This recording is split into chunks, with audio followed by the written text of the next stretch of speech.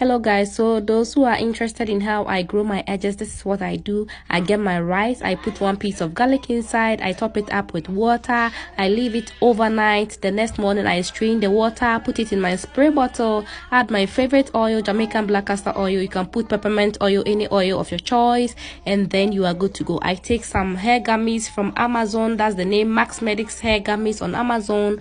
Apart from Amazon, I don't know where you can get this gummies, but you can buy any hair gummies, hair pills. Okay, this is hair, skin and nails pill, and it's very good. Yes, it smells a little bit, so make sure that you like when you put it in the hair, you wash it like the next day. Make sure you always wash the hair the next day. Okay, you put it today, you make it dry, the next day you wash it. But if you have to go to public places, please don't do this. Okay, do it during the weekend so that you can stay home with your smelly hair.